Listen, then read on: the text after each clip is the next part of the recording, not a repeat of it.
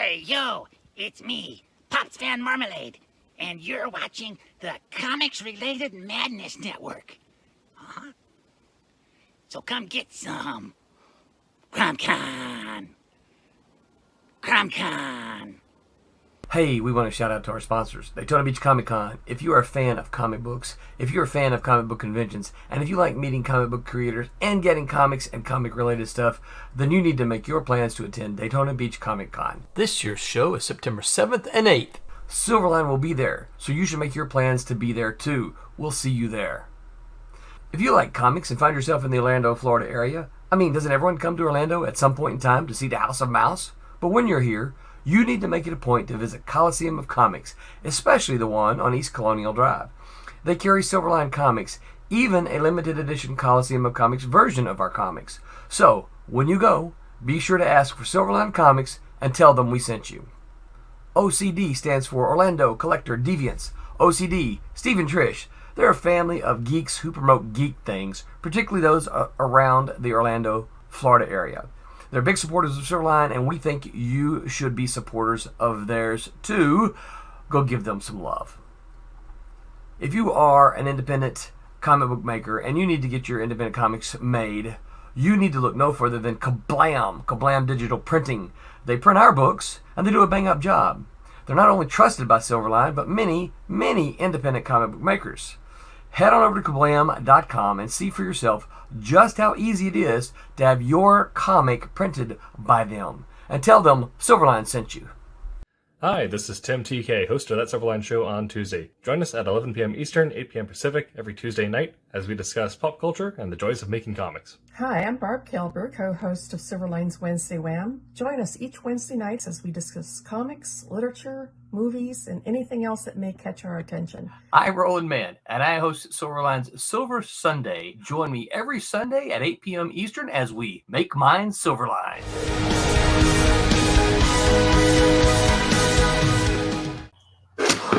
Hello, everyone, and welcome to Silverline Silver Sunday. This Sunday on January the 15th. How's everyone doing? Caught Tommy in a bite. What? No, What? not me. Not doing anything. Huh? How are y'all doing? This evening, Tommy? Do what? What? I said, how are you this evening? I am fabulous. How about yourself? I am doing just dandy. How about How are you, you, Mr. Martin? I'm doing good. Is it called Silver Sunday because of my hair? Is that what this is? Yeah, you should And Roland's there. closer. Let's get a better look at that. Yeah. It's funny because, people have teased us about that before because it's like, hey, it's all the old people on Sunday, so it's Silver Sunday. And I'm like, I am offended by that remark. It's true though, but that's true. But yeah. Yeah, I got to turn my volume up a little bit. I can't hear y'all very well. Here we go. It was already up pretty high. Okay.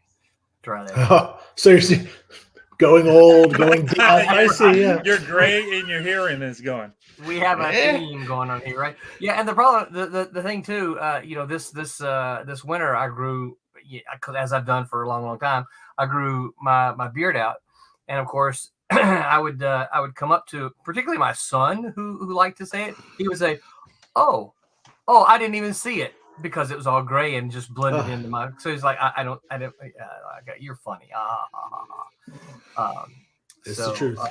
So Facebook user, I have no idea what this is. Hey guys, Hello, Facebook user. Facebook user, Just random Facebook user.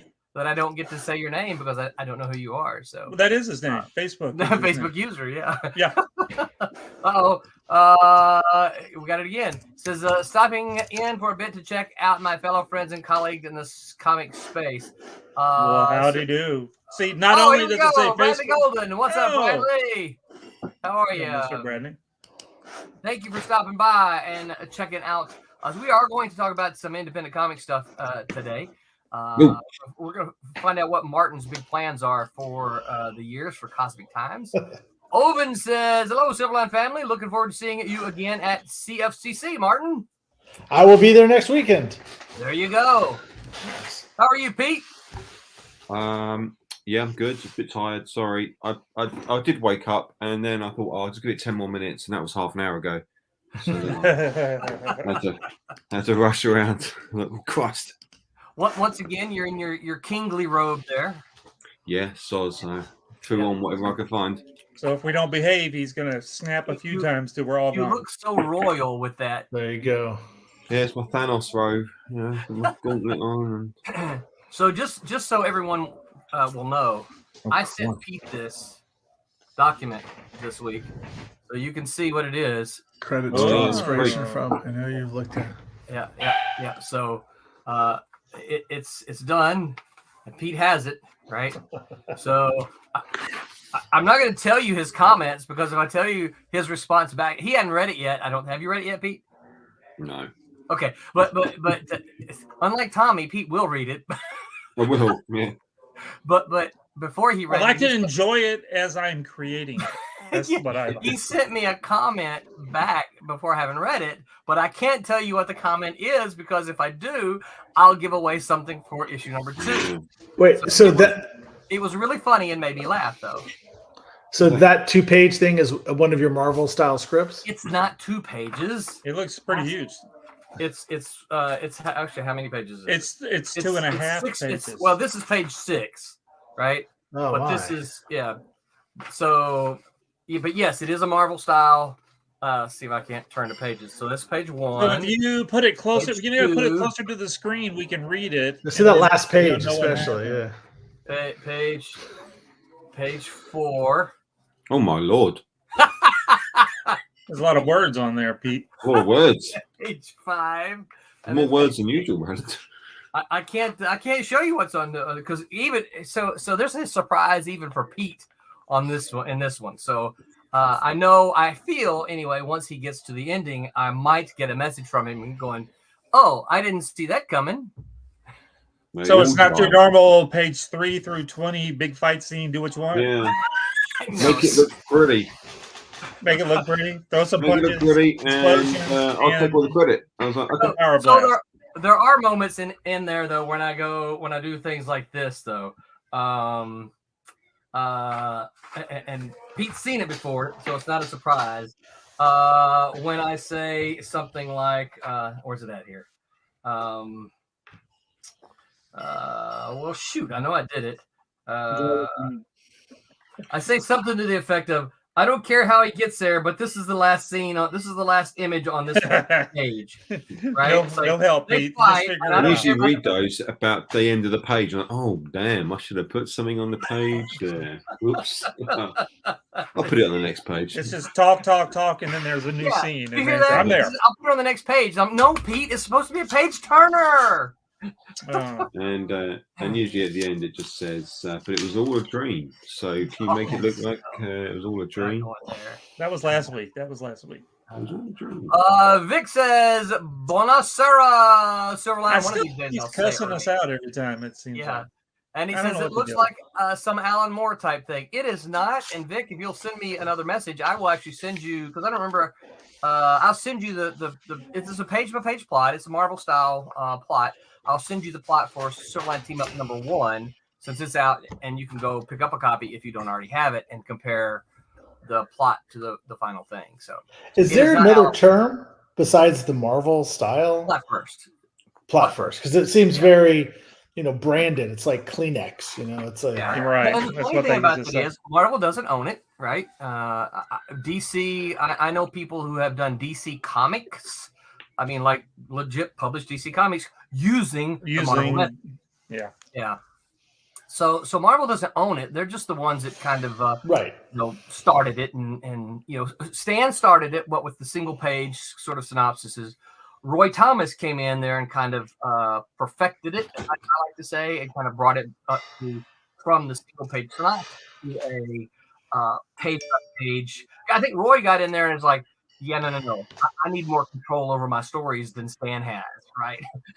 So he went in there and kind of perfected the page by page plot, which is in where a lot of the stuff in the 70s and 80s was done.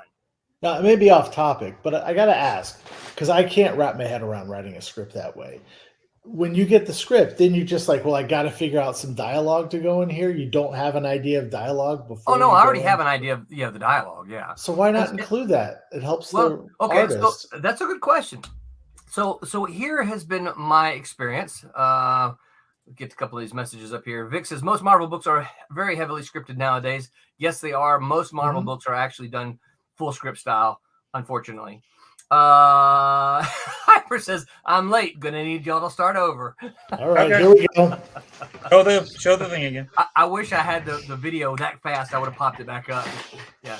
So full script versus plot. So my experience is this.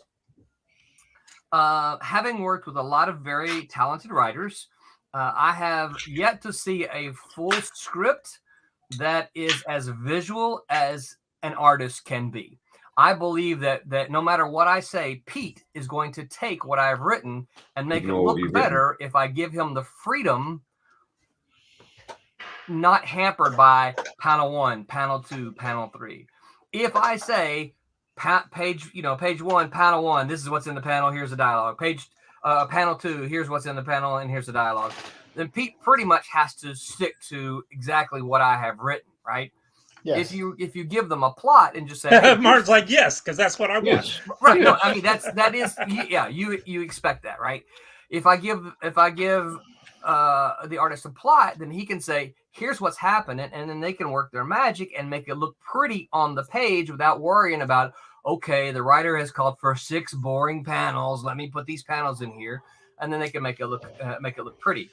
Hopefully, then the artwork will communicate some of the story that you don't have to then repeat in the text, right? And then you can layer it. You can add stuff onto the top of it that's not telling, Hulk punches Thor with a mighty blow, right?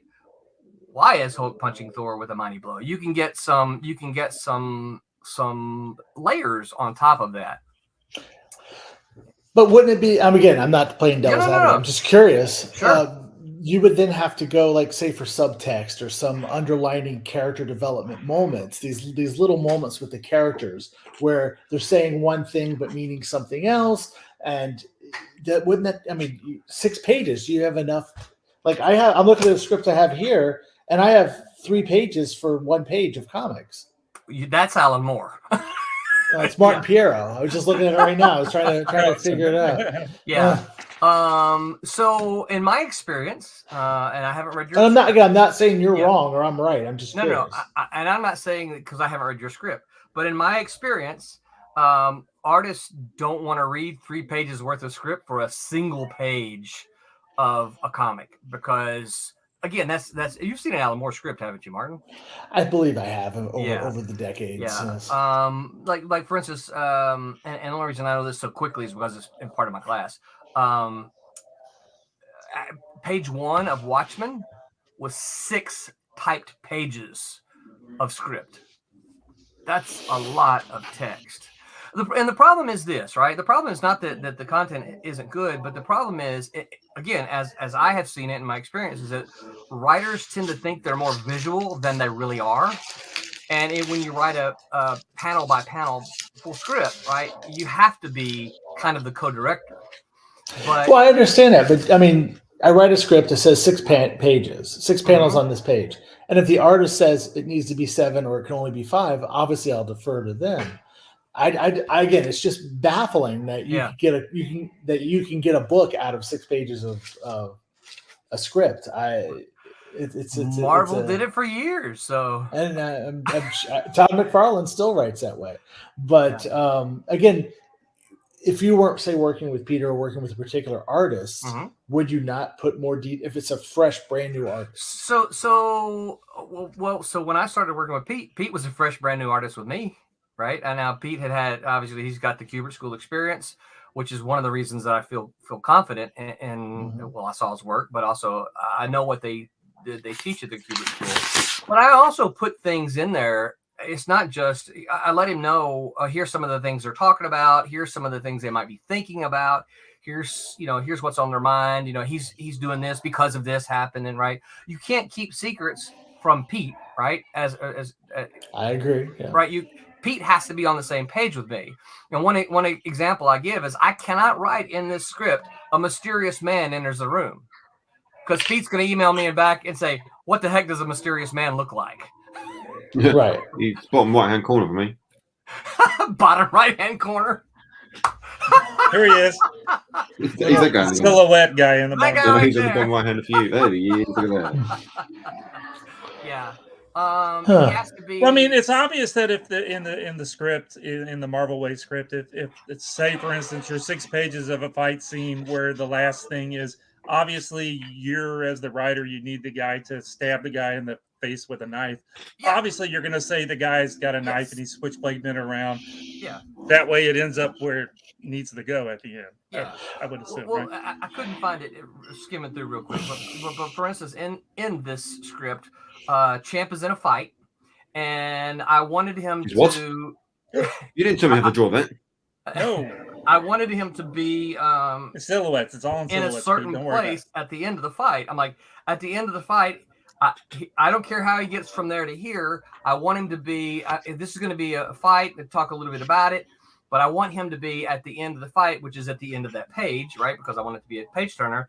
He is, standing there with his fist ball facing this one last opponent, right? So Pete can then do the choreography is how he's going to get from that first panel to that last panel. And I'm good with that.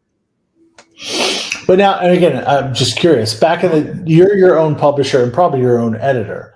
Back in the day when you were at Malibu, did you have to be more descriptive in your scripts? Like, because somebody would have, like, especially when you were writing licensed properties. Well, so it does vary. So, for instance, my first plot to Pete had more details than this one does, right?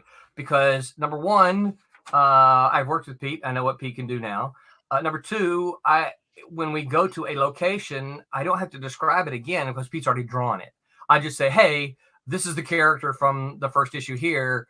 Remember the warehouse from right, book the one? warehouse from in issue 1 scene, right? Yeah. And I don't have to describe that again. I don't have to put in those details because Pete's already drawn it. Right.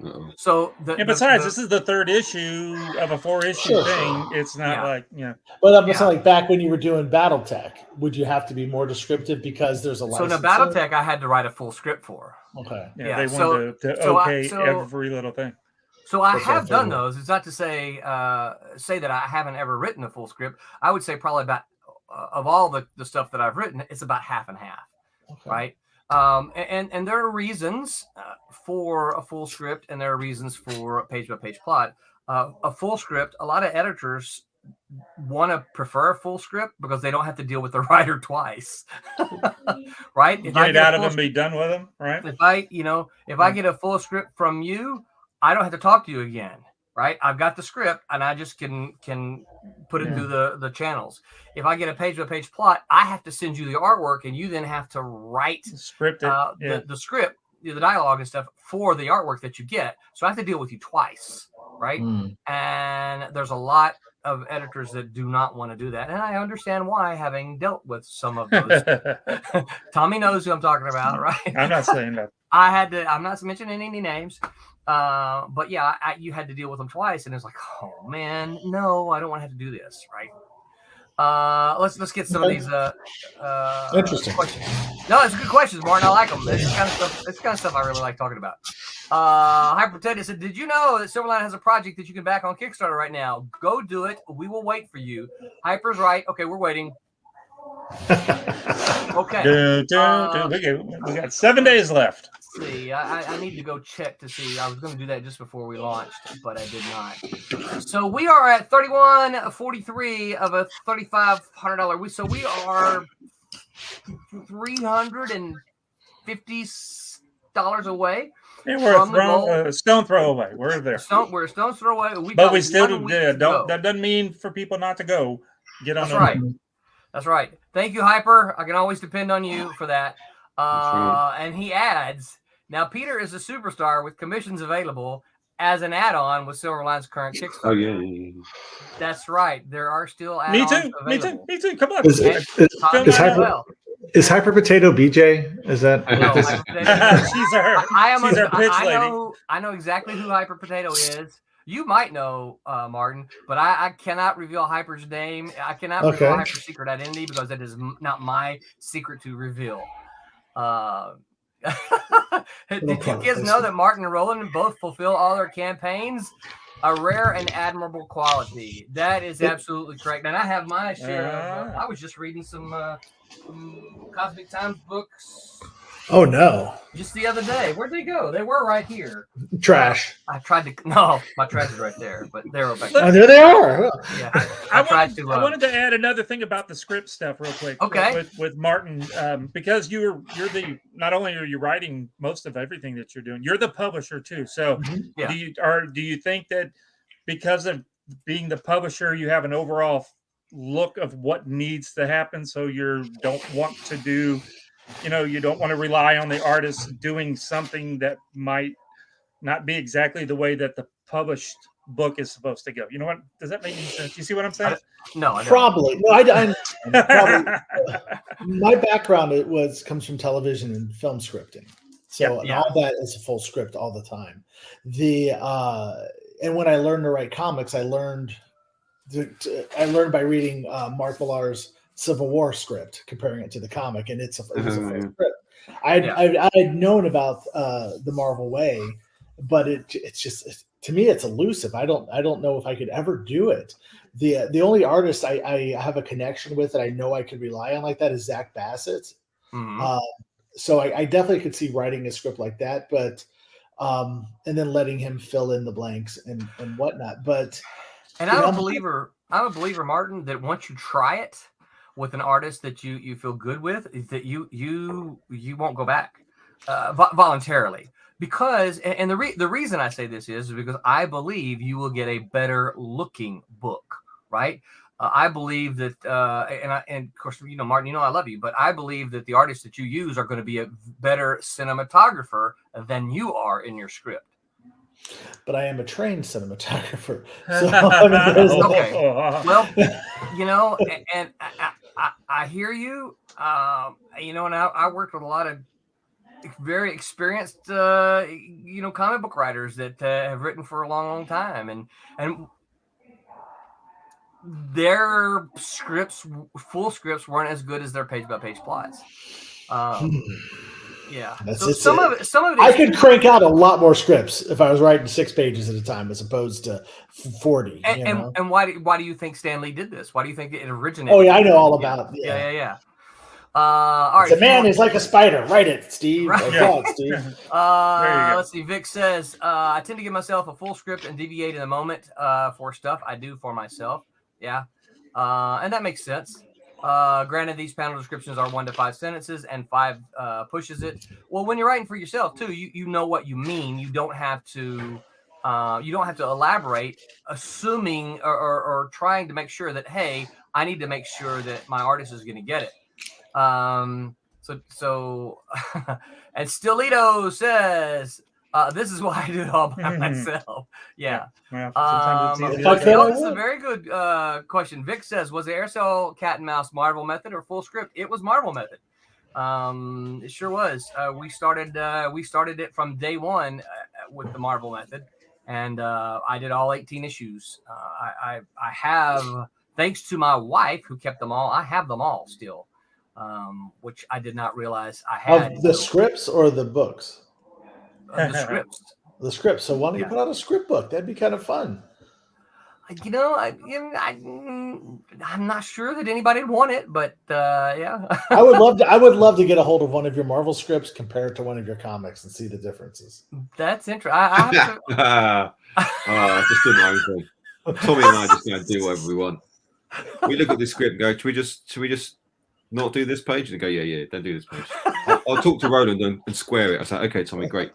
Yeah, let's skip it. Let's skip. I don't want to ink that. Just skip it. I don't want to draw any more cars.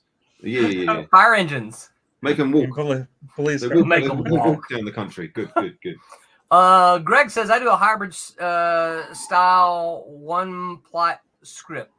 I'm not sure exactly what that means. Yeah, I think so. So I've talked about this with different people, and so my problem with that is when you do a page by page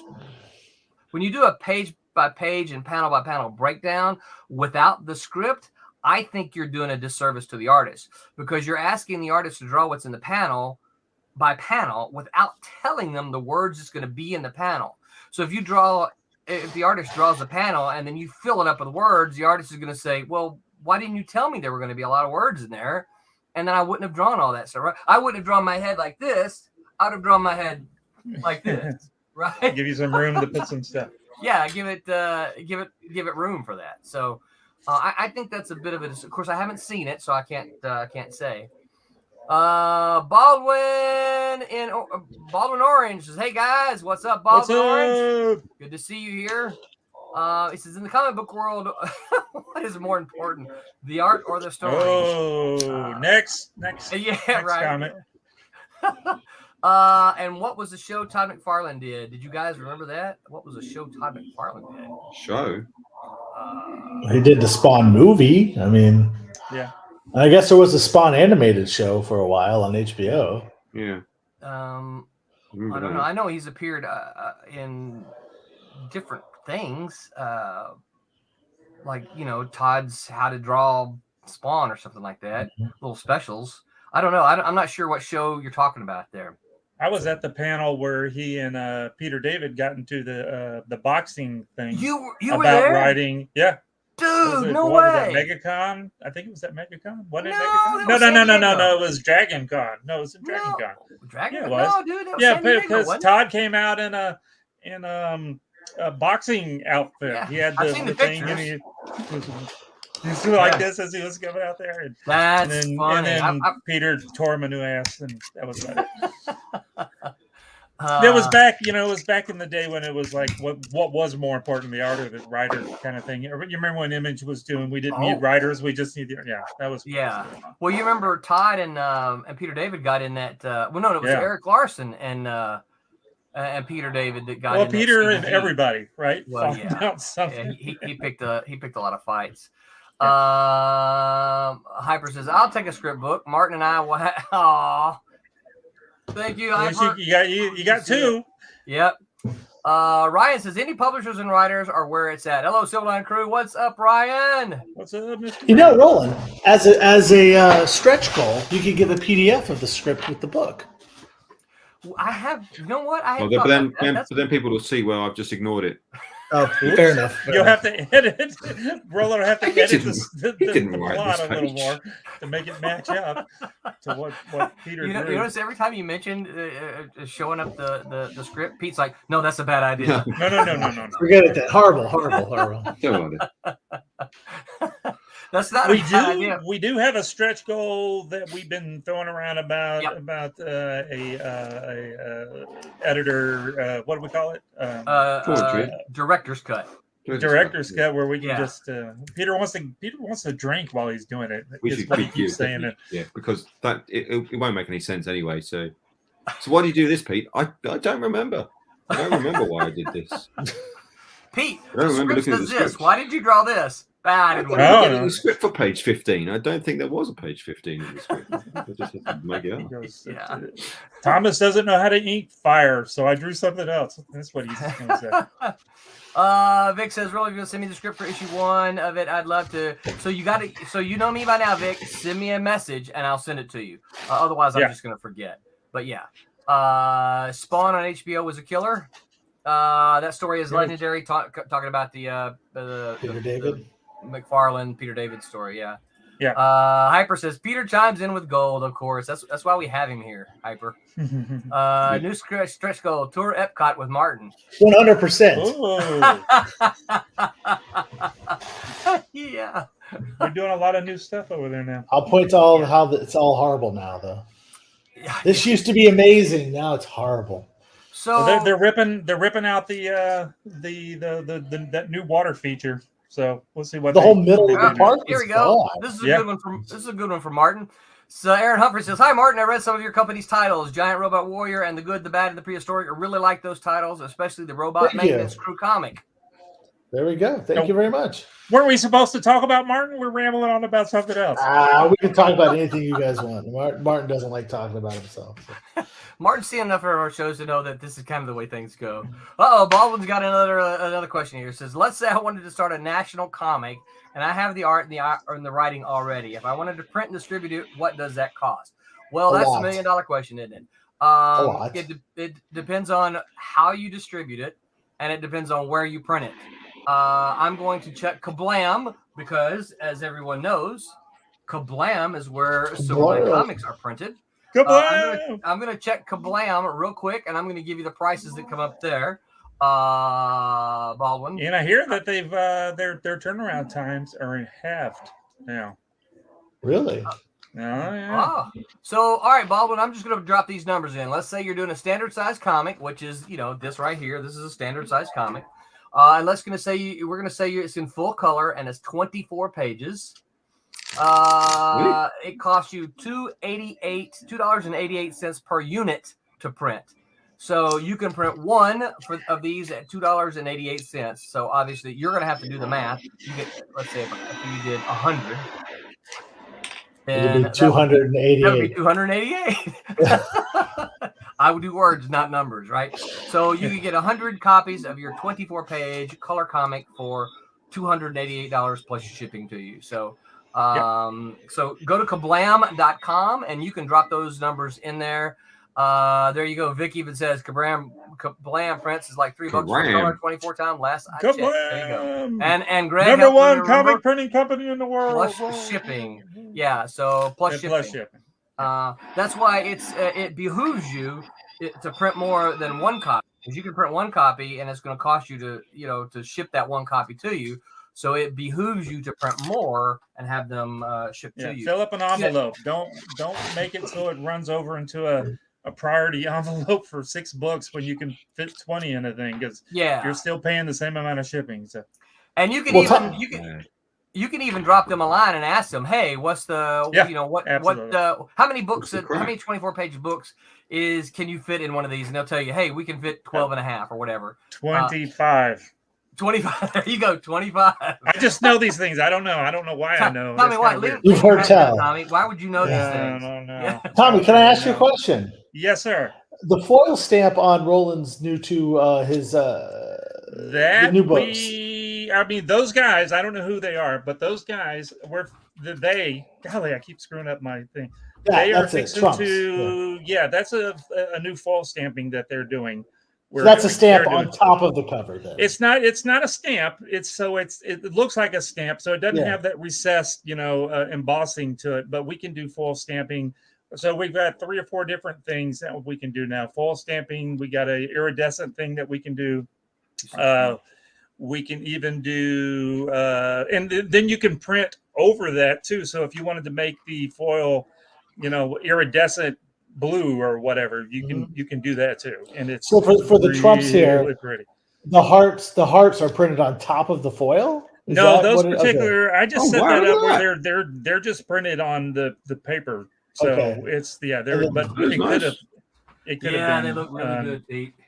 So we've got to redesign all that. Send me 100 of those. We can do it. Yeah, and it's and that's all the foiling is going to be done on cardstock. So it's. I just say it looks like a thicker stock. Yeah. Yeah, it has to be for it to go through the sleeking machine. It's called sleeking. If anybody, I probably shouldn't tell people what we're doing. It's foil stamping. It's magic. Can you edit that part out, Roland? Yeah. Okay. Hyper's having flashbacks to the 90s. He said, Trump's adamantium cover.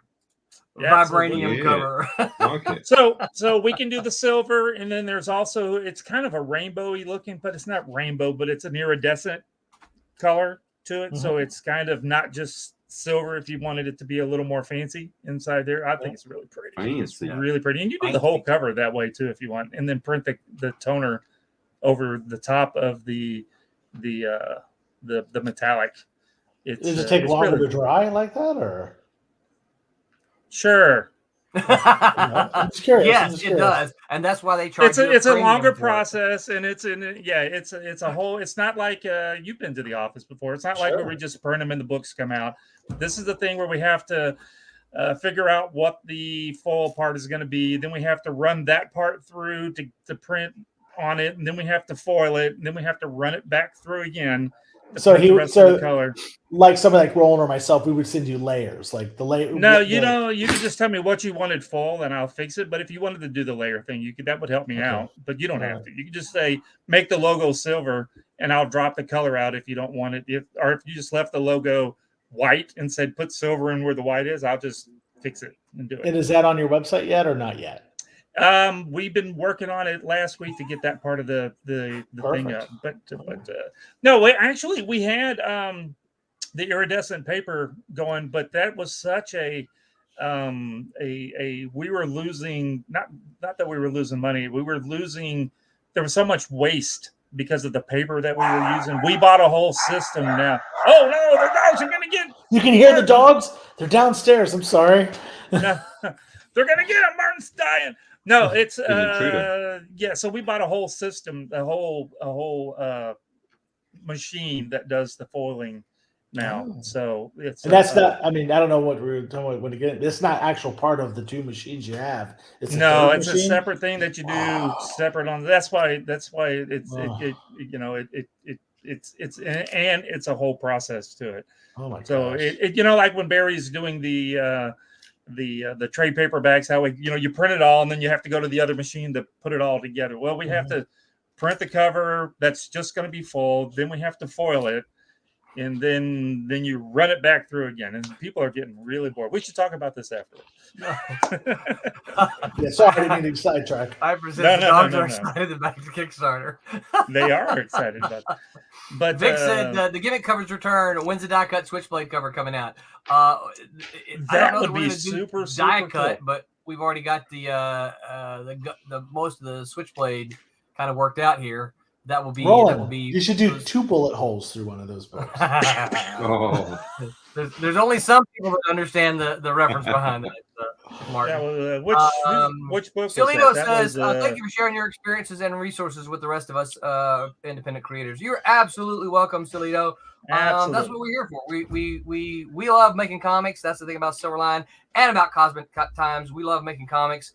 It's what we enjoy doing. We come here and we talk about it every Sunday. We usually talk about other stuff, but we can talk about this stuff because we enjoy the heck out of it. So there was another question here from Martin.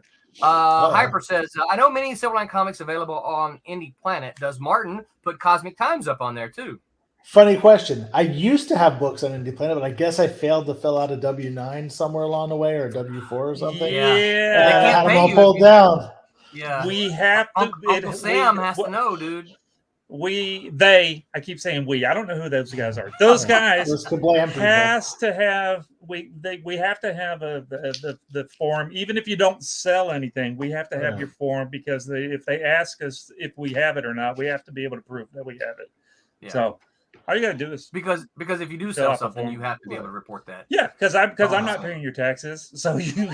And it kind of boils down to that, right? Yeah, I ain't paying. It's about time to start doing my taxes. Essentially, that's right. It is getting tax time, isn't it? Yeah. Yes, it is. Ooh. Pete's like, we pay the crown every day. What are you talking about?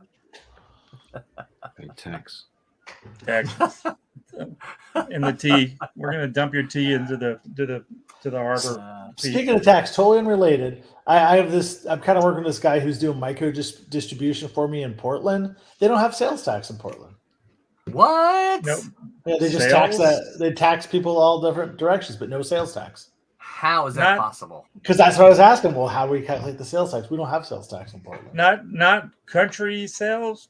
Not like the man Florida told has me. no sales tax. You're not talking about that, right? We have sales tax. We don't have federal income tax, but they don't have. You could go to a store, buy a $6 pack of Coke, and it's $6, not $6.63 like it is here. Yeah, I hated that in New Jersey. Every time I got to it, I was like, oh, hang on, it's not going to be this much, is it? I've got to add on some sort of stupid number. Well, and the thing is, that argument. If you buy the same thing across the state line or even across the county line, it can be a few cents difference, because one place might have 6% sales tax, the other place might have 8% sales tax. And our county's more expensive than the neighboring counties, because really? We had to do something for the teachers or the schools or something. It was a temporary tax that never seems to want to go away.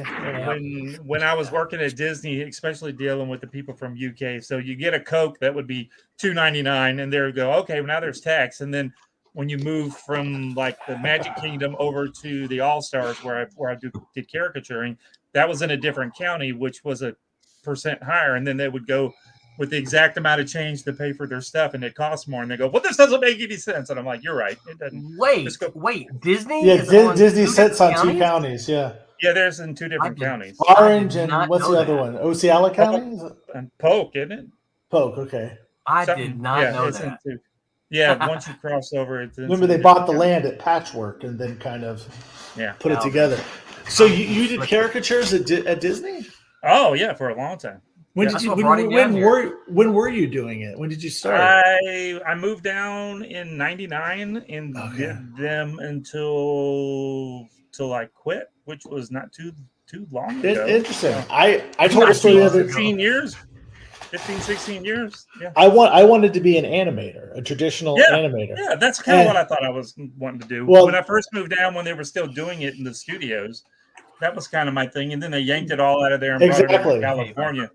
The studio had yet to open in Florida, but it was open doing animation, but the park hadn't opened yet. And I went to the Contemporary Resort. I was thinking about going to the Ringling School of Art to study animation. Oh yeah. And there was an animator from Disney who was moonlighting, doing caricatures at the Contemporary. And he also knew Bill Black from AC Comics. It was like a weird coming together of my future. And I started talking to him like, "Oh, I want to go to Ringling." And I was a young kid, and he's like, "You don't want to be an animator." Like, yeah, I do. I want to be. He's like, "They're going to start you as an in-betweener, and for years you're just going to be drawing in between animation." A hand. Part of And it. then ironically, 10 years after that, animation just kind of now it's all computers and Yeah. Now it draws it for you. yeah. Yeah. Well, not quite, but it's a different skill. So Hyper wants to know what TV you wrote for, Martin. Well, I wrote several pilot pitches that no one ever caught. But So should we start at the beginning? We should start at the beginning. Let's go into the Martin story. Yeah, Let's go. Yeah. Well, the Martin story I just started. That was Because I'm gonna start eating right when you go there. Yeah, Tommy needs to eat. Yeah. No, I Talk, Martin. I did a lot of stuff for commercial television. Nothing fun. Nothing exciting.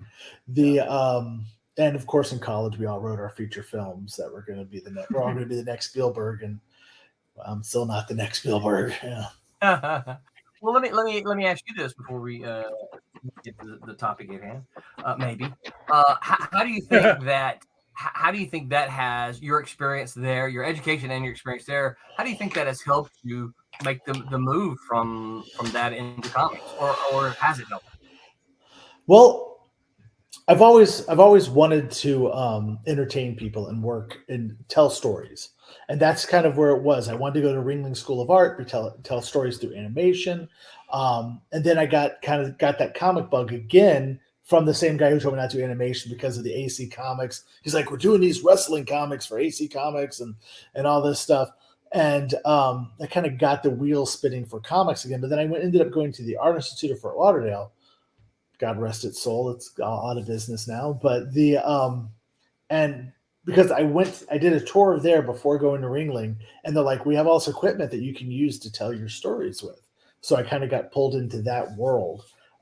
It's still ultimately visual storytelling, though. Yeah.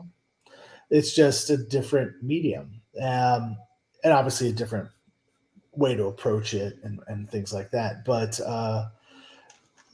I did a lot of work as an editor, editing video and editing things, and so I think that taught me pacing. But that's a and things video like that. editor and not script editor, right? Right. I'm sorry. Yeah. Yes. Yeah. So, and that taught me pacing, and it taught me a lot of the skills I bring to writing comics. I still bring a lot of film type methodology to writing my comics. Yeah. Especially when it comes to pacing. Well, this also explains too why a lot, I think anyway, why a lot of your social media video content is so good. Because I'm assuming that means you do it yourself, right? All of it. Yeah, I do everything myself right now. Well, that explains that. Because I really like your the video social media stuff that you do. Oh, thanks, man. I appreciate it. Yeah. Somebody watches it. Oh, great. I watch most of it. I don't know that I can't say that I watch it all, but I watch a bunch. It's of it. only a minute long, Roll. I get about 20 sometimes- seconds in. Well, sometimes you think no, that's not what I meant. when I see it, I watch the. I know. watch I'm just it messing with full, it. Yeah. but I might not see something you do because I try to stay away. But I like just making me laugh. He goes, Portland, come for the burning government buildings, stay for the zero sales tax. And then he says, Roland may not know this, but Disney is really big. Yeah, it's twice the size of Manhattan. Is it really? Yeah. Yes, I it didn't is. know that. Mm-hmm. I did not know that. It's huge. Tommy, were you a Disney employee or were you like a Outside vendor kind of third party contract? right? Yeah. So you didn't have to. So that like Michael Duran does that now. Yeah. Yeah. That's how I met Michael. Yeah. Okay. All right. So you didn't have to go through the Disney training and the Disney traditions. No, and you all still do. They still send you, but it's a really short class that they send you to. See, I used to. I Work was for the, already so Disney crazy anyway. When I went into class, even it was my two-day class, they're like, tell Thomas to shut up. He keeps telling everybody. Dude, I got to tell you, just to tell a little side story. I used to work for the Disney store, down here in South Florida, and I went in one day. Mulan had just come out, so what is that, like 95, 94? And the soundtrack is missing a key piece from the movie. The scene where she cuts her hair. It's just great. It has this kind of techno vibe to it. And I went to the Disney store and I was talking to the manager and I was like, hey, why is this not on the soundtrack? And when she's like, why don't you come work for me? And during the interview, because I used to be a Disney nut. Like I used to bleed Mickey Mouse. And during my interview, what got me the job was like, what's Donald Duck's middle name? I was like, Fauntleroy. Everybody knows that. And that, of course, got me the job. Has a middle name? Yeah, Fauntleroy.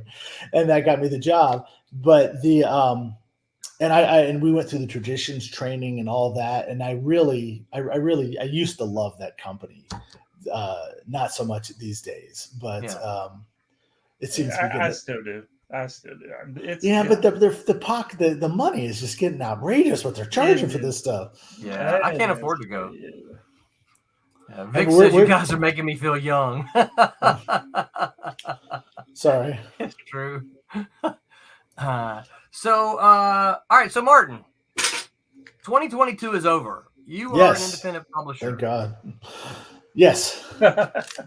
How do you as a publisher, what do you do in looking in the rearview mirror to say, here's what I'm going to do the next year. Here's how I'm going to improve on the things that I did in 2022. What are some of those things that you take into consideration as you begin to plan for your next year? Obviously, we're talking about 23 in specific, but you've been doing Cosmic Times for several years now. So how have you approached this, and how do you kind of retool and replan and move forward as an independent publisher? All right, I've been doing it since 2008.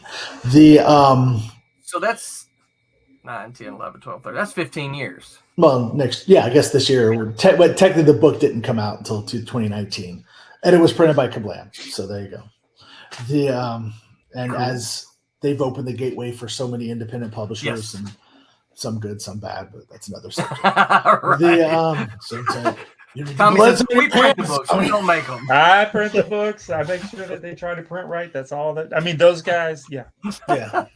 No, actually, I'll tell you this. Just before I get to the 2023 in a second. When I first published my first book, Arthur Legend Continues, I published 50 with Kablam, and I published 50 with this other company that I think is Comic Express. I think is what it was called, and they're gone now, and Kablam's still here. So there you go. I think, and correct me if I'm wrong, Kablam is the longest running digital print-on-demand comics printer in existence. Weren't they like the 15, first? 16 years? No. Comic Express was, they were out before we were. And wasn't there also, there was a Hulu, right? Lulu. Yeah. That's a website. They're still around, I think, aren't they? They do regular books now. Yeah. I think they do. Okay. Yeah. Sorry, I just wanted to mention that you guys have outlasted the other guy. And I got you brought the books to me at MegaCon. I had to get the Comic Express ones delivered, so I highly appreciated that too. 9 years later, I wanted, or 12 years, 13, 14 years later, I wanted to mention that. Yeah. Just to throw them, we're not delivering them to MegaCon. You gotta come by and pick them up. We're too big for that. Those were the good days. No, I we did enjoy actually those times. we don't even get invited to MegaCon anymore. So I don't know what that tells you something. Anyways, I don't want to we could talk about the old days and like Terry Cronin and Students Than Usual and all those days with Christine and Beth and everybody. Yeah. Yes. But moving on. So 2023. So a lot of my plans for early 2023 are actually plans from I had the beginning of or the ending of 2021. I made a lot of plans for 2022. I made too many plans and I couldn't quite pull them all off. And I lost my focus. And this is the year I turned 50, and it's still like this. It's weighing on me. We've talked about this. Yeah. So there's like one of the things I wanted to do was I wanted to jump into webtoons or whatever. And so I wanted to do that last year. So I finally got that launched this year. I'm trying to just expand my reach. Part of when I started Cosmic Times was I wanted to get outside of, try to find new readers, bring them into comics, and so that's what I'm trying to do right now. I'm with these micro distributors. I'm working with this guy, Comics Mainstream in Portland, because I'll never get up there and be able to do a show anytime soon anyways. So to get my books up in Portland, I'm working with this guy, and it's a great thing. So yeah, a lot of my plans for this year are to try to expand what I'm doing, to try to reach new markets and new audiences. Like I'm going to try to do some more shows outside of Florida this year, which I think is very important for especially bringing new people to Kickstarter. Yeah. I know you and I both talked about.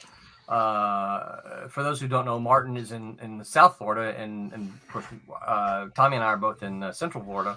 Part of the things that Martin and I have talked about before, and of course Tommy too, is like, how do we get out of this? How do we get out? Florida is so far away geographically from everything else. Not quite as far away as Pete, but it is like, how do we get to the rest of the country and not break the budget? It's. How dare MegaCon not invite Kablam? I agree. No, they used to. Used to. I dated a girl that loved Disney too. She got a job at the Disney store just for the discount. It's a heck of a discount, plus the free tickets. Yeah. That's why Tommy married Renee. Just kidding. Well, just that's kidding. What you told me. Renee, if you hear this, I'm just kidding. Can you cut Pete off? Turn Pete's volume off. With the getting out of Florida thing, it's a challenge. Like I'm doing this. I'm next week. I'm gonna announce a show I'm doing. It's a 17-hour drive outside of Florida, and if I just lived in Tallahassee, it would be a 10-hour drive. Yeah, it's getting out of this freaking state just takes forever.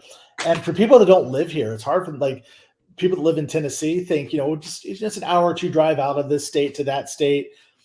You don't realize how big Florida really is. It's long. Right, it is. So particularly if you live at the bottom of it, like you do. Right, and I'm not even at the bottom, but I'm close. And even still, it's like a 4-hour, 3.5 hour, 4-hour drive to the straight north for us to the next state. Mm-hmm. Yeah, and so add 3 more hours to that. Less, 4 or 5 hours because you run off into the water, so you have to go north to get it. Yeah. So that takes up all your time trying to get out. Exactly. Yeah. Yeah, that is I would say absolutely that is a challenge. So it's funny that you mentioned that, because one of the things that we've been talking about so often, probably over the last year at with Silverline and the team, is like, how do we get more eyeballs on our product? It's like, you feel like you only have so much reach on your social media as you have it, right? Unless you happen to do something that, since Tommy does TikTok, we don't have one that's gone viral yet, right? So unless you get a viral TikTok, it's like, how do you get more eyeballs on your product? And that's the thing that we keep struggling with, and we keep that's really pretty much kind of our daily conversations around here, is how do we get more eyeballs? How do we get more people to be aware of what we do? Well, it's slow and steady wins the race. That's kind of the and again, I think what elevated me and then I kind of lost it was the being distributed by Diamond.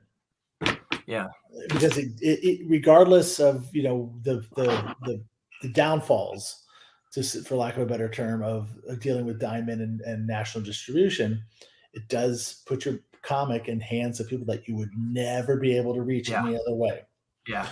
It's costly, it's heartbreaking, but it is a necessary evil. And that's part of my business model too, is I got to keep getting content into comic stores. Yeah. To try to grow my audience. So let me ask you a question. Have you looked into Lunar at all? Have you talked to those people? I have talked to them. They actually, believe it or not, they want a physical.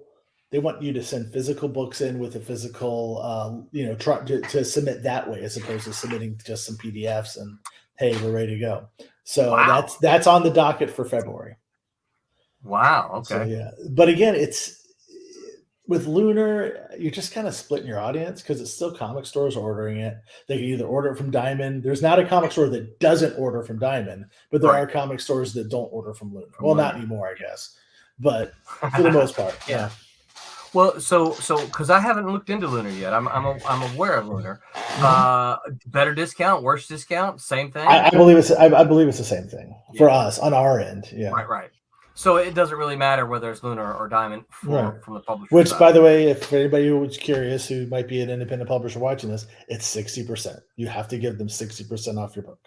Yeah, which means you get 40%. Yes.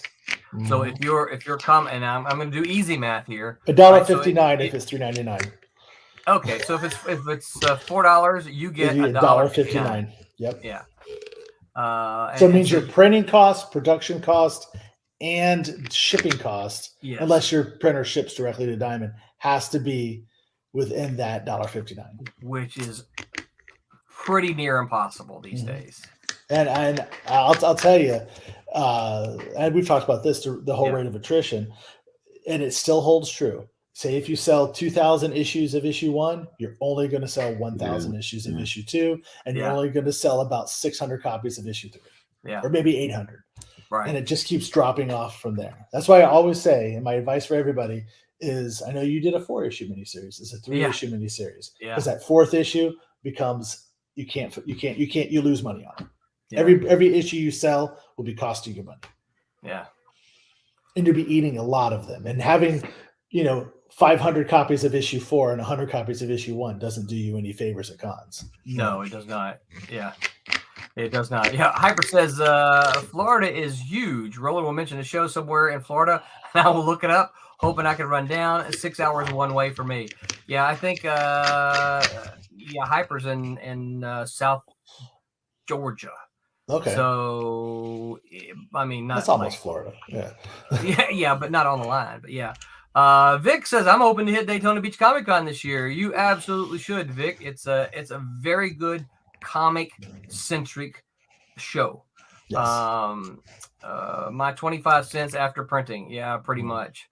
Lunar usually offers 20 to 50% off to customers through their DCBS sister store. And I've sold through DCBS directly and got a better discount back in the day. Yeah, DCBS used to be more open. Now that they're doing Lunar, they don't have the resources, but they used to be more open to independent guys distributing their books through their website.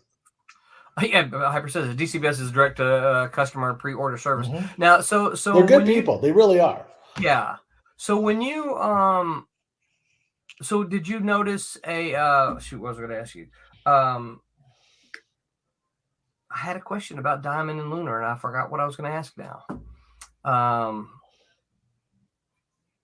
Forget it. I don't remember what I was going to say. Back to the old man podcast. Oh, ouch! Hyper says I'm about an hour from the Florida line. So the thing is to just switch gears. I want to talk more about 2023. Okay. But Florida as a whole, and Kablam's a major cog in this machine, is almost a separate comics community in Florida from the rest of like when I went to Heroes Con, it's like this is a different world than the Florida culture for comics. And it's been evolving over the years because, we've all been involved in it. And there's a whole new crop of guys coming up who are here on Florida, but they really don't realize the industry's here. Right. But because Florida's so separate, well, they're the big dog in Florida, when really in the grand scheme of things, it's a speck. you know. Right.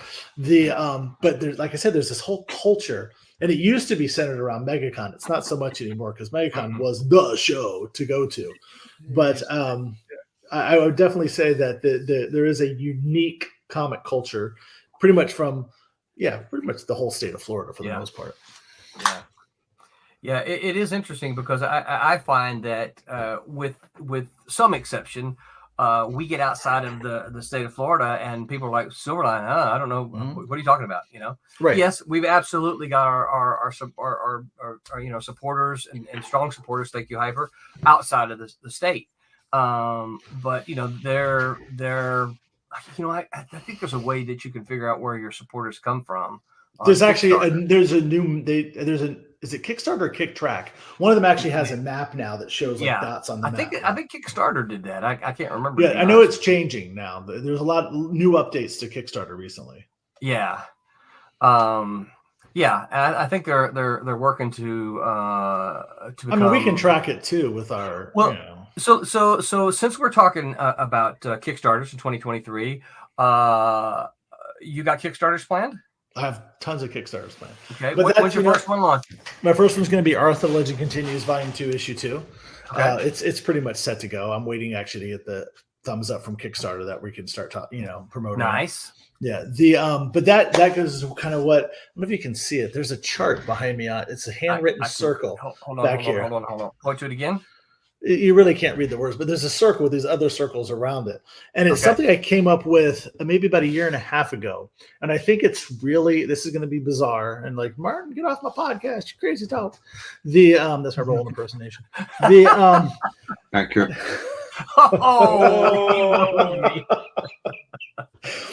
But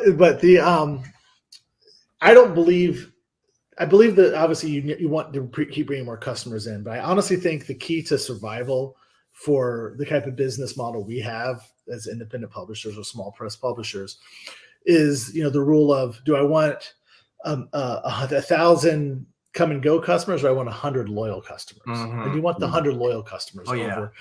And I developed this kind of theory about it's kind of circular motion that you take your customers or your ideal avatar, your ideal customer through, and they'll enter the wheel either through comic shops, through Kickstarter. But I think part of the key to the future of guys like us, and maybe it isn't this particular app, but it's something like it, is Patreon. I think a subscription based service for what will be ultimately our core customers is the key to our survival, because to function, you need steady income. Right. And Kickstarter, as great as it is, isn't steady income. It's a burst of money and then nothing. And then you go to a Comic-Con, you hope you can make a few bucks here. You try to do this, make a few bucks there. But I think the steady income of like a Patreon system or something like that is really where we'll be heading in the next 3 or 4 years in this. So for me right now, it's to get those customers kind of jumping on a Kickstarter. Then we get them to go to the comic stores. We get them to go to the comic conventions, and we keep providing them with content. And that's how we'll build our loyal customer base, our Marvel zombies, our Silverline zombies, if you will, or Silverline grannies, whatever you want to call them. I don't know. Our silver hair supporters, Hyper says, I think Arthur was my first discovery of Martin's, one of my favorites too. Thank you. That was my first thing. Yeah. He also added, I've been a fan of Roland since the second Cat and Mouse #1. Okay. Thank you, Hyper. I gotta remember. Thank you, Hyper. He says, I love that cat. No, delivering on campaigns helps build loyalty. It would probably surprise creators how much fans talk amongst themselves about good and bad experiences. Oh, yeah, I'm sure. Yeah. Me too. Yeah. I mean, I try to watch for that, and maybe people get tired of hearing it. I don't know, but this is one of the reasons I try to always say when I talk about our campaigns is that we have X number of campaigns and they've all been fulfilled on time. Now. You may or you may not like the book, whatever, but you're not still waiting on it, a year later. Like some of these creators that have, big names, you're still waiting on books from them because they don't know how to deliver. They know how to, promote and have a name, but they don't know how to deliver. Well, that he said also glad Martin brought back, and hope I remember the title correctly, Chaser Platoon. Did you bring one? Well, Roland and I can talk about that off air. That's a whole other subject. Okay. Roland and I have talked about many times. That's a whole other animal. I didn't bring it up. Surely. I know. But that's a Roland Martin conversation that's been going on for about a year. Hey, wait, Roland Martin was a fisherman, right? Roland Martin. I didn't know that. Tommy, you remember Roland Martin, don't you? I was thinking Rowan and Martin, for laughing. Well, there's that. No. Roland Martin there used to be a fishing show on Saturdays when I was a kid. Oh, yeah. And Roland Martin, was a guy who I never watched it, but I always thought, hey, look, there's another guy with Roland's name. Look at here's Vic said Silverliners, yes, that's what we are. And then he said Roland was actually the editor on 2 of the first 5 comics I got, so I have a little bit to owe him on my love for comics. Oh, nice. Vic, so cool. Hyper says nice, Vic. So Martin, what's missing there is that he's talking about classic comics. I don't know how Vic got these, but they had to have been in the cheap boxes somewhere. So because he's talking about some of the old Malibu stuff. Well, I'm rapidly getting the largest collection of Roland Man comics. So it's true. I know. Every time I see one, I buy one. Martin will walk up to me. I just bought this one. Did you do this one? And then he'll say no, and I'll throw it in the trash, and I'll go get another one. I don't want this garbage. Yeah. DMs rolling. What? All right. Pops is DMing me. All right. So we're going to be done at 9:30, Pops. What's happening at 9:30? He just says he's got a stream he's wanting to do when we're done. So okay. Yeah. We'll be done on time. We try not to go too long. Vic says, here you go. Family friend didn't like the Protectors anymore and threw me some X-Men as well. Oh, that's kind of cool. That's the kind of friend you want when they're gonna here's comic books that I don't want anymore. You can have them. Can we still hear me? Yeah. Okay. There was a punchline. I don't know. So you're a believer in Patreon then? Is what you're I'm not necessarily a believer in. I do appreciate Patreon. There's also Substack and other options. And maybe it hasn't been invented yet. Not to be weird like that. So what's up? Yeah. No, I'm sorry. I'm reading the messages before I pop them up here. The Hyper says, now I want to have dinner with Martin and learn about this project, which I shall not name again. Talk to Roland about it. That's a Roland thing. Catch me, Hyper, after tonight. Kablam does a lot of crowdfunding, fulfillment, and all that kind of stuff. And a lot of it, not even close to half, but there's a lot of people that we do the Patreon fulfillments for. Also, really? Yeah, there's a bunch of them, like because we're not supposed to be talking about, but there's some, and it's you've seen them, you've seen the books when you're over there, and we got one guy particular that's it's that zombie book with the half naked chick in it and stuff.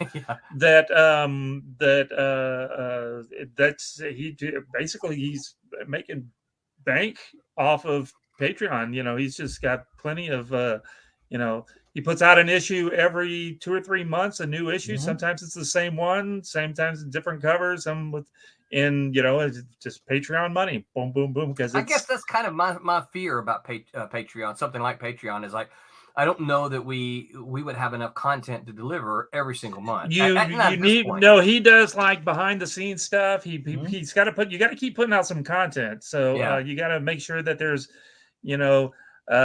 chats where you come in and just the Patreon people can, you got to give them I do that. That's what I do. That's what you got to do. It doesn't necessarily mean that you got to come out with a new issue every month or whatever, or every couple of months. Now he does. But right. But he's built it up enough where he can pay the folks to get the books done monthly every couple of months and that kind of thing. So he's definitely doing it. Martin's throwing a fit. He ran got off. an idea. He got an idea. Lord. What I've been doing for my Patreons is I just been giving them trading cards. I have a whole box of trading cards, and they're happy with them. And I give them behind the scenes. Like whenever you see me say, "Hey, here's the new cover for whatever book is coming out," I put it on Patreon 2 or 3 weeks before. Yeah. And now that I'm doing the webtoon, I post on Patreon the week before. So anybody who just gives me $2 a month or $3 a month gets early access to the things and behind the scenes. And Stephen Butler, one of our longtime buddy, he started a Patreon thing, and I don't really I should talk to him about it. I don't know if he's doing it as much, but he was doing a thing where when he's just drawing whatever commission, he just turns on his cam and let people watch him while he's drawing it. And I think that's enough, great. I love to watch artists them to be like part of it. That's when you get to see me draw some stuff. Yeah, once a month, you could do something like this. Just do something like, "Hey, I'm going to talk to Peter about this script," and you get to see us do it in real time. You get to see not draw what I wrote. Yeah, I mean, I'm not being silly. I'm just being serious. People like those kind of ideas. Yeah, just something that not everybody can get, and something that you're not gonna then turn around and just shove it off on YouTube where everybody can see it. It's just something special. No, never OnlyFans. Hyper says Martin's new project, comic book OnlyFans. He unveils new comics while wearing a Speedo. Oh yeah. I'm not an OnlyFans person. I don't believe in OnlyFans, but it's a similar thing to the Patreon, though. Yeah. And just like that, here's what I do. If you want to see more, you got to pay a little extra, and then I'll do this. Yeah. He says the show's been stolen from Martin. I feel kind of bad. Hey, it's not been stolen from Martin. We're talking about Martin. That's fine. I don't like talking about me. I don't like talking about me. But again, that's my theory, is that it's you need to service your fans more than you need to always be trying to pull new people in, but you got to take care of your core. Well, and this is where I was kind of trying to lead to this, is that so we talked about Kickstarter a bunch. There's Crowdfunder, there is which is a new platform. Obviously, there's Indiegogo, but I don't know if you've kind of been following all the crap going on with Indiegogo. I've given up on Indiegogo. Yeah, I'm not sure I would go to Indiegogo. BackerKit has a new platform. Who? BackerKit, they have their own platform now. Oh, do they really? I did not know that. Huh. Yeah, I think that. There was another. Luke Stone is coming up with one. Zoop. Yeah, Vic. Thank you, Vic. Vic mentioned Zoop.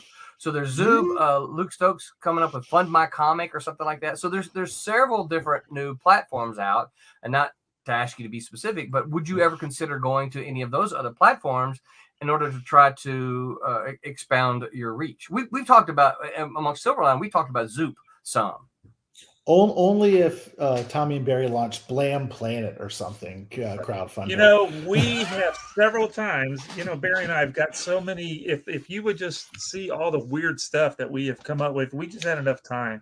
We've spent hours talking about how we would do a Kickstarter thing. Not that it would, be any better, but I mean, how to do one if it,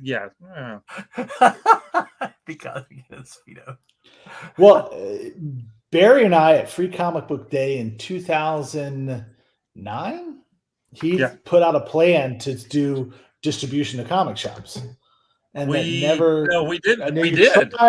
Okay. No, yeah, the Comics Monkey was the Monkey. That's what it was. Yeah, that was our thing, and nobody wanted to do it. Really? We wasted. Not wasted. Well, no, I don't mean. Of course, all of us wanted to do shop after shop. I don't know how much money we spent sending samples and pamphlets and things off to shops, and they just weren't interested. If it didn't come through Diamond, they just did not care. Even if we said we would send you free stuff, because Barry and I, between just us, we produced. We're making comics ourselves, and we were willing to send books to people, to shops, to say, here's what the books look like of our stuff. Not send y'all stuff, send our stuff. The books so it wouldn't cost anybody, or it wouldn't, like you're getting, your books, just giving your books away for free. I guess is what I'm trying to say.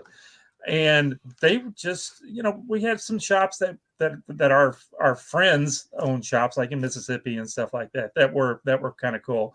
but nobody was interested. They just would not do it. Bunch of jerks. I think shops like that, a lot of them are afraid to do and try something different. That they've been stuck with Diamond for so long. Well, I'll tell you, it's been a few years since I did a full-on calling of all the comic stores when I'm in the catalog. But it was always you'd call stores as an independent. Well, if you're not in the catalog, we don't want you. Yeah. Then I got in the catalog, and then we called probably about 1,000 stores. Hey, we're in the catalog, page 137, blah blah blah blah, and at least half the stores were we only carry Marvel, DC, and Image, or a few of this, a few of that, and then the stores that said they would carry it lied. Yeah, because I know what my order numbers were, and if they all the ones that said they carried it, I would have sold more units. Yeah, so because they'd have to because they'd have to order a minimum, and whatever that minimum was, 5 copies, 10 copies. You go, boy, just those 50 stores said that they would order. Let's think how many more copies. No, you didn't get any more. No. But again, the part of that has to do also with Marvel and DC. Marvel more so saturating the market. They're putting out at least 4 times the amount of titles they did 10 years ago. Right. And there's just no shelf space anymore, especially a smaller store. And you've got stores that are going to order whatever Marvel does and DC, no matter what. So and this is part of, believe it or not, this is part of Marvel and DC's marketing plan. It's like, I'm sure. Look, if we produced 40 more titles, they won't have room to order Dark Horse and Image and Boom, right? Because they're going to order, and obviously everybody else below that, but they won't have room to order those because they're going to order these. And so it's a way to at Kablam we see a lot of really, really, really good books that are way better drawn than the stuff that Marvel and DC and Image is putting out. Lots of time, and and nobody's buying them. It's the stores aren't there. Yeah, you look at stuff and you go, this is so cool. Because they can't get the stores to put in. They're like, this book looks so much better than nobody knows your about top Spider-Man book, right? Yeah, Stilito says, I have a 5-issue storyline sitting in my creative corral. Issue 2 is 75% complete. I have 5 independent titles to pull from within my independent studio. And then there was something else that was a follow-up to that. Pull from. My reservations on breaking out of the starting gate is not having enough finished product to keep the momentum going. I'll answer this first, then you guys chime in. I think, Stilito, if your issue number 2 is 75% done, and that means your issue 1 is finished. If you're doing all of this by yourself, you are not going to be able to, and I'm assuming you're not independently wealthy, you're not going to be able to maintain a monthly schedule, just because that's a lot of work to do month to month to month. But don't sit on that first issue. It's not doing anybody any good if you've got it finished and it's just sitting there. Get it out. Get it in people's hands. You'll get, even if you don't sell as many as you think you will, or as you hope to, which is almost always the case, there is emotional rewards in having people read and see your stuff, and that can help recharge your creative batteries to keep you moving. And then just shoot for a pace that's yours. Whatever pace you can produce, whether that's one comic every other month or one comic every 3 months. Whatever your pace is, your fans will begin to expect that. And they're not going to expect you to do, I don't think so, they're not going to expect you to do one every other month because you're doing it on your own. And Kickstarter is a lot more forgiving as far as your gap between issues. Yeah. So. Yeah, absolutely. Yeah. And there is any of these crowdfunders, you can use those to help you get to the point where you can deliver those to people. What do you guys think? Yeah. Pete? As a store. I know they don't want you to use it as a store. Pete's got to wake up.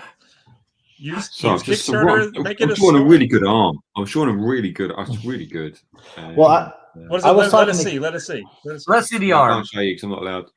Oh no! Secret. Top secret. Not allowed to show off my work. Well, I was at a con today talking to a fellow creator about using Kickstarter.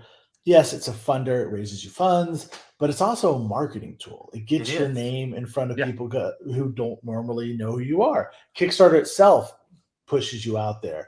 You work with like other creators who give you a mention in their updates and things like that, and you kind of work your way into the community. So it's a launcher for your project, but it's also a launcher for you Right. to get your name into a slightly larger sphere. Yeah. Fruit Brat says, create the office except it's Silverline. That's for our Patreon, right? There you go. Yeah. Hyper, I'm not going to put that one because Pete should not be drawing something else for one of the those guys. He's got to finish this. Oh, Yeah. what did I just do? I mean, I guys have finished. I'm just looking. I see you, making a Roland. You guys picture don't even now. hear me. I hear you and see you, Roland. What do you say? Don't do Roland's anything lost. embarrassing. What's he Don't done? do anything embarrassing. This is looking like the old man podcast. All right, Look at we this. got the Oh, show. no. The monkeys have taken over the show. Oh no, Pete's froze. All over. No, he's not. That piece moving for me. Roland's Yeah. not moving. Well, is he alive? His eyes are blinking. Oh. I think he's Yeah. gone. He's blinking. He's gone. Defibrillate. All right. Anyway. Well, Well, it's been Okay, good. I don't know The what's show is going over. on. Can It's you been a hear me great now? show. Whoa, there's two of them. We can't have Can you two hear me Rolands. now? Yes. All right. So let me figure out why. Let me figure out why you cannot hear me. We can hear you. Audio. I can hear you. You're good. Default You're good. microphone.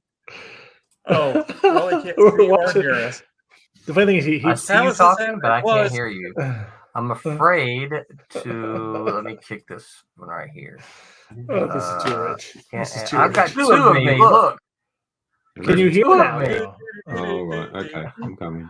Uh, I'll be back. I'll crack on, baby. I'll be back. Well, doggone it. How do I get that one off? Somebody give me a Later thumbs on, up. baby. Can you hear me? Yes. Okay, you can hear me. How do I kick me off of the screen? Edit mic settings. Just go back. Go down there You can twice. hear me, but Come I on there can't hear twice. y'all. It don't matter. Did you hear us? Can you hear us now? Oh, Why can I not hear you?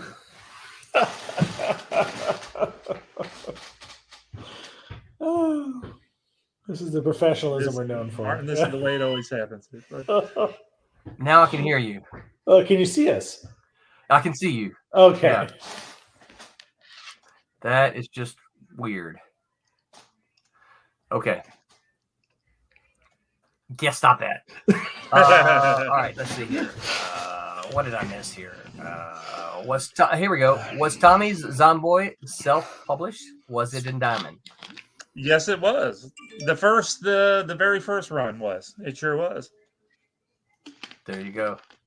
3 issues. I did 3 issues through Diamond back in late '90s, early '90s, mid '90s, whenever it was. Sure was. Yeah. But we now, still can't use this. No, now I've got a nasty echo. Echo. Yeah. Echo. I don't know what I did. But yes, Zomboy was in there. The new one hadn't, but the old Zomboy was. That's cool. Somebody remembers Zomboy besides Roland. I remember Zomboy. I talk about Zomboy all I the time. love Zomboy. I do Zomboy too. Yeah, I got to get back to it. Yeah. Toledo says, that's great advice, Roland. Thank you so much. Absolutely. Yeah, I'm certainly a believer of if you've got it done, don't sit on it.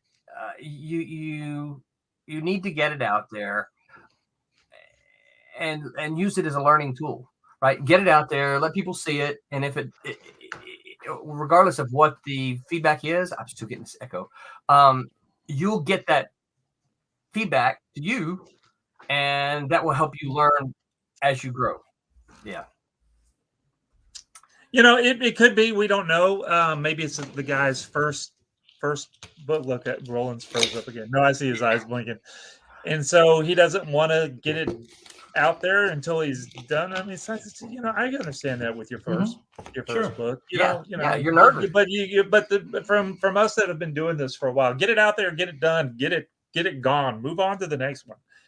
Get it out, do it. Say something. Yes. Hey, the echo's gone. You got to fight with your echo. Pops is going to kick us off in 9 minutes, and you're worried about the echo. No, he said we're good. He said we got a little bit of time. He just wanted to make sure we wouldn't go too long.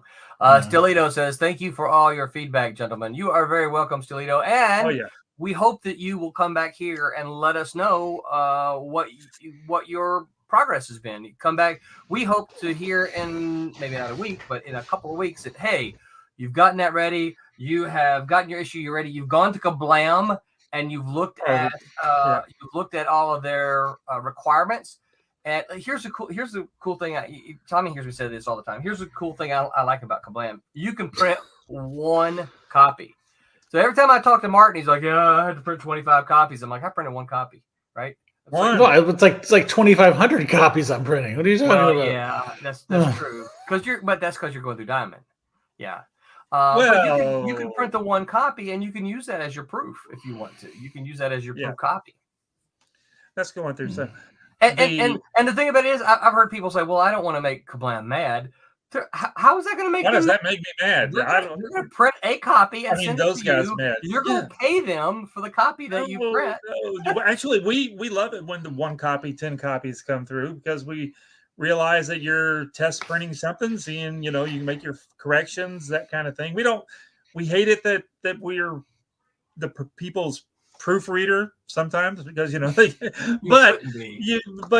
still, that just means to us, when we see somebody put in an order for 1, that means that they're going to turn around and put an order for 100 maybe a month from now when they go get their book and they'll see that they need to make some. That's fine. That's no big deal at all. And I was going to talk about the other guys, where he said he had like a 5-issue thing. Wouldn't you rather know? And we've had this conversation with Silverline about doing, graphic novels instead of the single book. Wouldn't you rather know, even if it is your pet project, that if you did 1 or 2 issues because you really liked it, but you're the only one on this earth that likes the book, and there really is no reason for you to do the other issues? Wouldn't you rather for them to be done with it now and not do the other ones and waste your time and do something else? I actually have a controversial thought about that. Okay. Especially if the person kickstarts the book, it seems to be, especially in the last couple of years of Kickstarter, it's not necessarily the quality of the book anymore as much as it is the popularity of the creator. Oh, because I would say about half the books I get on Kickstarter are almost unreadable. Yeah. And the creators aren't getting better. They're actually getting worse because they don't need to get better, because they're always going to hit their goal because of their popularity in other circles. Well, let me ask you a question about that, though. So I don't. And if Hyper's on here, maybe Hyper will talk about this. He just left a comment. So Hyper, maybe you can pitch in your 2 cents on this. So I agree with you. Me as a backer, right? I won't back one if I've backed it. Okay, let me rephrase it. I'll back one. I'm like, okay, all right, I'll back the other one. If there's not improvement, if I'm not seeing improvement and I see that 3rd campaign come out, I'm like, well, this doesn't look they're not learning, they're not growing anywhere. And the story doesn't draw me. I'm not going to back it. I won't back it. Don't you think that there are enough fans out there and backers of Kickstarter that says, hey, this is not a very good book, I'm not going to back it anymore? I backed the first one. I backed the first 2. I would like to think that, but maybe I'm not the best critic. But what is it, Martin? Are you? And I think I kind of agree. If this is what you were saying, Martin, that they're not backing the book; they're backing the person. Exactly. Right? Yeah. And there's a lot of Kickstarter, and I hate to say it, and I love when Roland backs my books, but whenever I'll go through my list of backers, and half of them are fellow Kickstarter creators. Why are they back? Because they want to know what happens next, or they're just trying to hope that I back their book, Well, I think so. And I get that. I absolutely get that. But I also think some of that too is that this is what I tell myself. I think that the people who kickstart, not all, but some of them, I think they're comic fans too. I consider myself a comic fan. I'm a comic fan. Yeah, for sure. And I think this is why, I've backed a lot of Kickstarters. But it's also I am a comic fan, and in the same way that when I was buying Marvel and DC all those years, if certain books were bad, I would drop them until they got better, or until they hired John Byrne to come on. I was about to say until John Byrne took it over. Right. Here we go. Let's see. Hyper says, Tommy, please tell Barry we need more John Amon. I will. Yeah. I Vic says- definitely. I'm going to show him. I'll go on because this will be streamable tomorrow. I'll pull it up tomorrow. By the way, it's since we brought Barry, it's his birthday. So if everybody wants to jump on Facebook real quick, mention happy birthday. There we go. Yeah. So is it the 15th or the 16th? This is his birthday. Today. Yes. Today. All right. So happy birthday to Barry of John Amon and your longtime kid buddy, my buddy. He posted a picture, I think, last year on my birthday that I had never seen before, but it was he and I from the 7th grade. So that's how long I've known Barry. Vic says I might be having to pay for color on my black and white book for Kablan to give it an old school yellow tint. Yeah, I mean, if yellow is a color, so that is Yellow is a color. That is yeah. There's no way around it. That's Order yellow paper. Where what? You couldn't get enough. I mean, Yellow paper. Yeah, I guess there's that.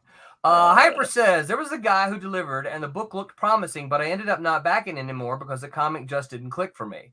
So there you go.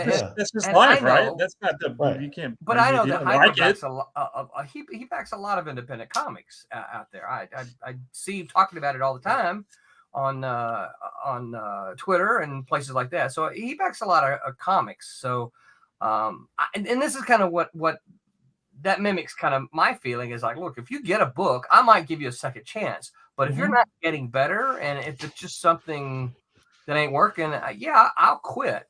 But I do think that there are people who back people. Yeah, well, I think there's also a comic publisher who is following the exact same mold as Kickstarter and bringing on people who have a following but aren't necessarily good comic creators. Well, so that's unfortunately, I think that's a trend in a lot of entertainment. I know for a fact that book publishers will look at your social media network, and if you don't have a considerable network, then they're going to say, nope, we'll pass on your book. And this is like that's information from almost a decade ago when I was trying really hard to get a novel published. This is one of the things that I learned is that they wanted you to have a following. Yeah. People that are that's money in the bank for them, right? They don't even have to worry about it takes quality and makes it quality the second tier instead of the first tier, where that should is it quality, is it unique, is it something fresh? No, that's not what I'm talking about. Okay. But we try not to mention too many names on here, right? You put it on the screen. It says Stilio says thank you, Thomas, that's great feedback. And so Martin, I appreciate your input as well. Cool. You're absolutely very welcome. Let's see. Stilito did say he already published that first issue back in 2003.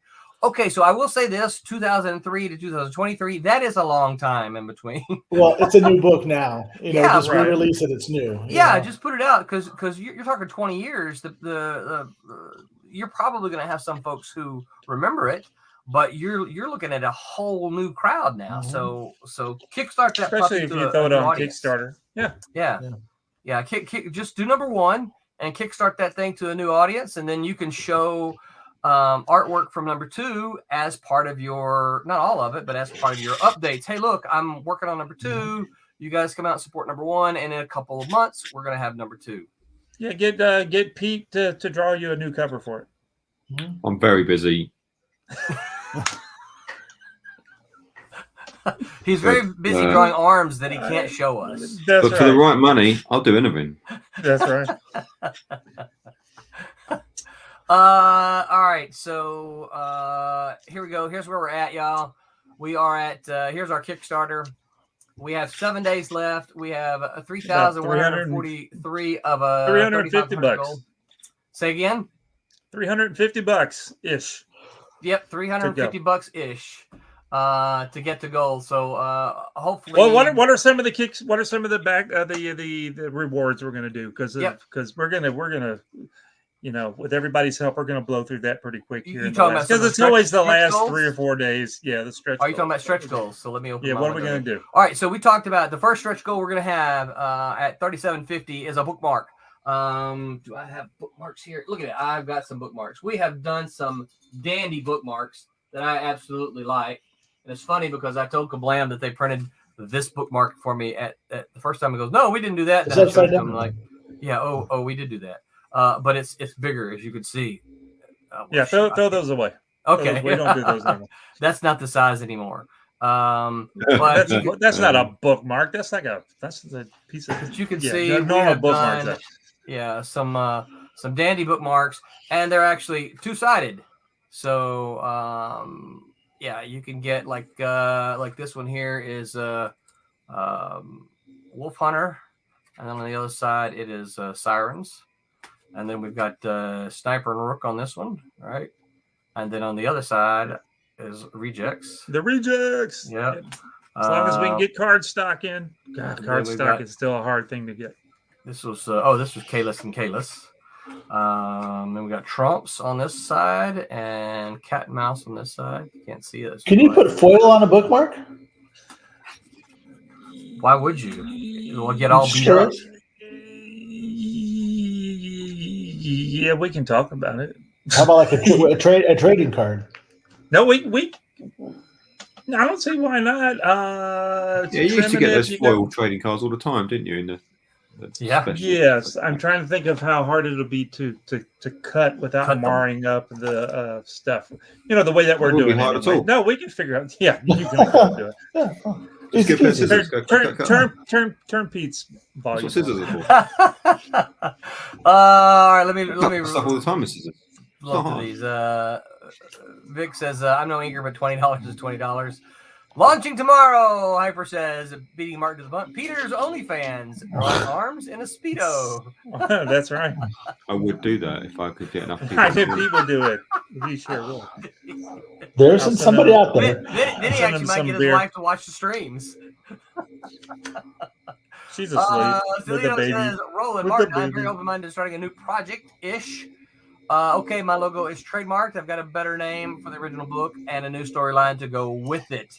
So I'm guessing you mean Stiletto Graphics. I don't know the name of the book. Hyper, you like Speedos, eh?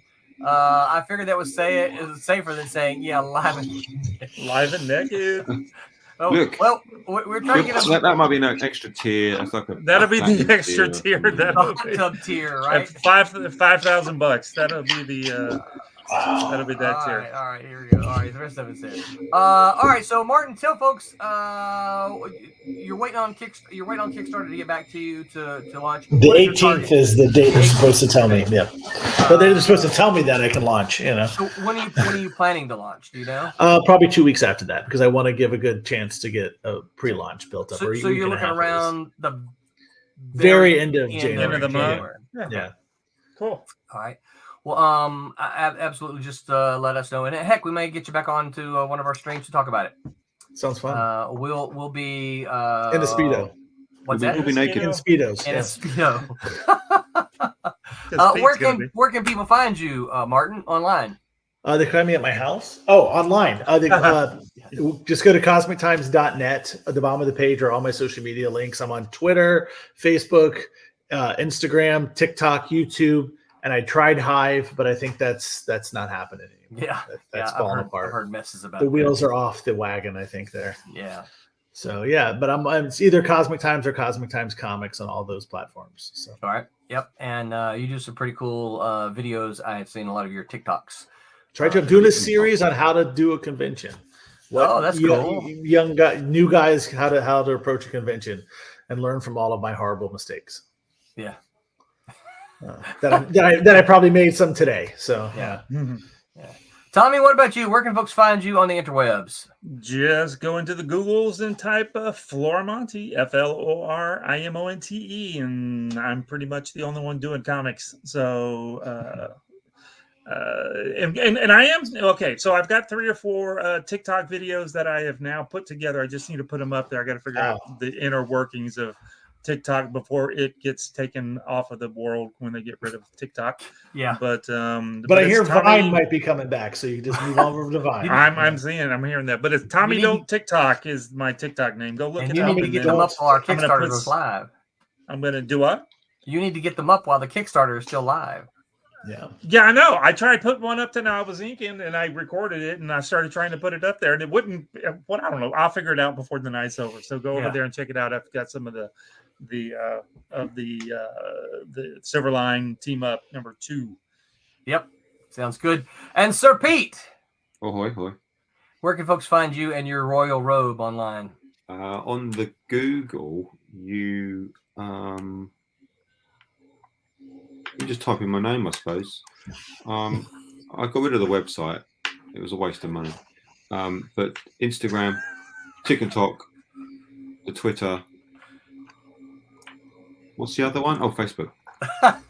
Grinder. You're on Grinder too, right? Peter. I'll go anywhere where there's money.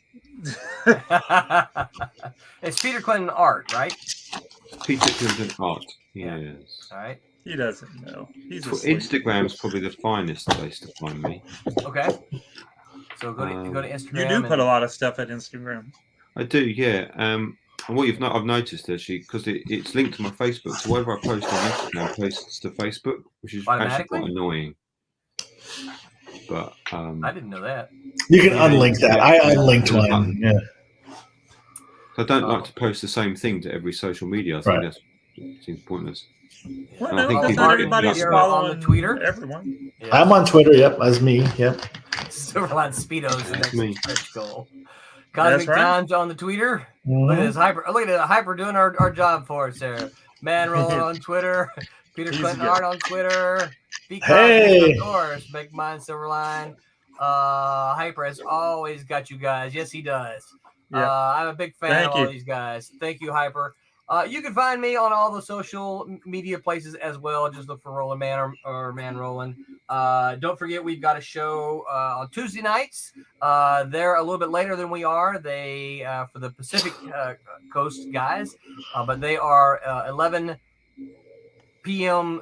Eastern time. And then the Wednesday Wham will be back here 8 p.m. And we will be back here next Sunday at 8 p.m. Hopefully talking about how successful the campaign has been. And until next time, remember to... Oh, wait. Oh, well, we're waiting on Pete. Remember to make mine's back here. I'm April Hunter. Make mine Silverline. All right.